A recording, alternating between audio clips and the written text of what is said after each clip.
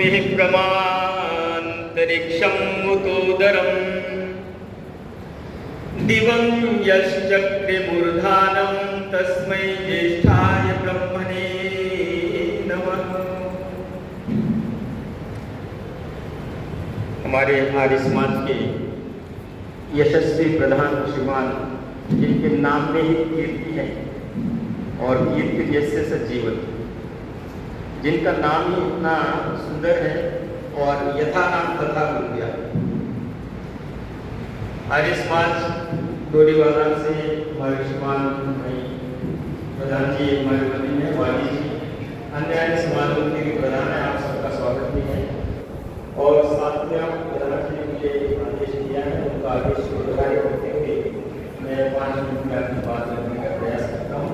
वंदनीय मातृशक्ति, सभी प्रतिष्ठित पदाधिकारी वृंद, नन्हे प्यारे बच्चों को पवित्र आत्माओं, जैसा कि आपको विदित है कि आज हम उस महामानव और आप्त पुरुष स्वामी देवदयानंद जी महाराज जो है, भगवान श्री कृष्ण महाराज को आप्त पुरुष मानते हैं।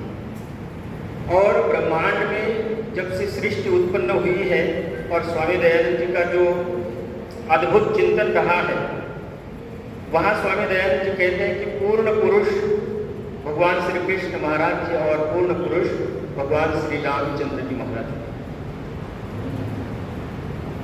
बहुत सारी बातें हैं, आप सबको विदित ही है, बहुत सारा चिंतन, बहुत सारा निधिध्यासन हो सकता है, लेकिन कुछ गूढ़ बातें जिनसे हम यहाँ से आज प्रसाद रूप में प्रेरणा लेकर के जा सकते हैं। प्रधान जी को धन्यवाद भी देता हूँ और कामना भी करता हूँ कि आज का दिवस संकल्प के रूप में हमारा, आज का दिवस प्रेरणा के रूप में, वह प्रेरणा जिसको जानने के बाद फिर अवशिष्ट कुछ भी न बचे। हम भगवान श्री कृष्ण महाराज के पूर्ण व्यक्तित्व को जानेंगे तो निश्चित रूपेण हमें पता लगेगा कि वो एक आप्त पुरुष थे, महान वेदों के प्रकांड विद्वान, जिसमें स्वामी दयानंद जी लिखते हैं कि जन्म से लेकर के मृत्यु पर्यंत उन्होंने कोई भी अवैदिक कार्य नहीं किया। और ठीक इसके विपरीत हम देख रहे हैं कि संसार में ढोंग, पाखंड, गुरुडम, आडंबर, अंधविश्वास और उनके खिलाफ इस प्रकार के नित्य निरंतर जो है षड्यंत्र। एक तरफ हम उनको वेदों के प्रकांड विद्वान मानते हैं तो दूसरी तरफ उनको माखन चोर कहते हैं। जिसके घरों में लाखों लाखों गायें हो, वो क्या माखन चोरी कर सकते हैं? ये विचार नहीं। एक तरफ हम उनको जो है आप तो पुरुष कह रहे हैं, नीतिज्ञ कह रहे हैं, वेदों के अद्भुत और व्याकरण, धनुष शास्त्र और सारे के सारे नीतियों के प्रकांड विद्वान मान रहे हैं, तो दूसरी तरफ हमको रासलीला में भी संलिप्त कर रहे हैं। ये चिंतन का विषय है।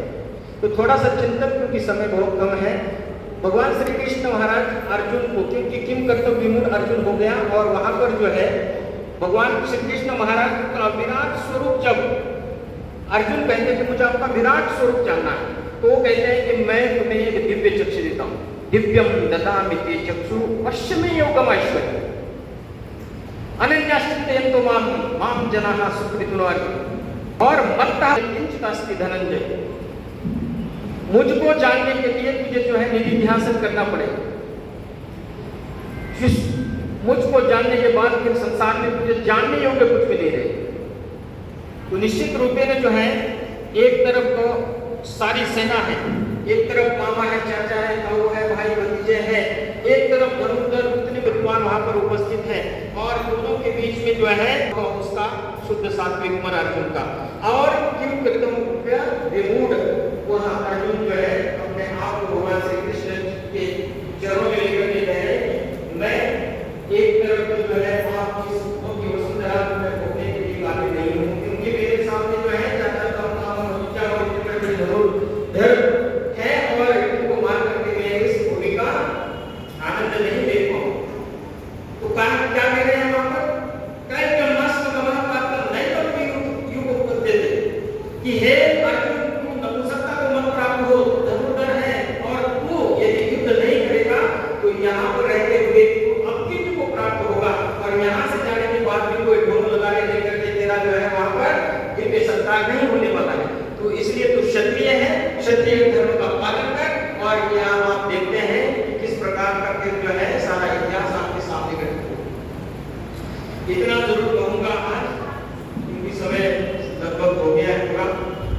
किसी नीतिकार ने कहा है समय नदी की धारा है, समय नदी की धारा जिसमें सब जन बह जाया करते हैं, है समय नदी की धारा जिसमें सब जन बह जाया करते हैं। कुछ कृष्ण जैसे होते हैं जो इतिहास बनाया करते हैं, किश्तियां रह जाती हैं, तूफान चले जाते हैं, किश्तियां रह जाती हैं, तूफान चले जाते हैं, यादें रह जाती हैं, इंसान चले जाते हैं। वो महामानव हमारे मध्य में नहीं है, लेकिन उनके देखी उनकी प्रकांड बातें आज में हमारे मध्य में है।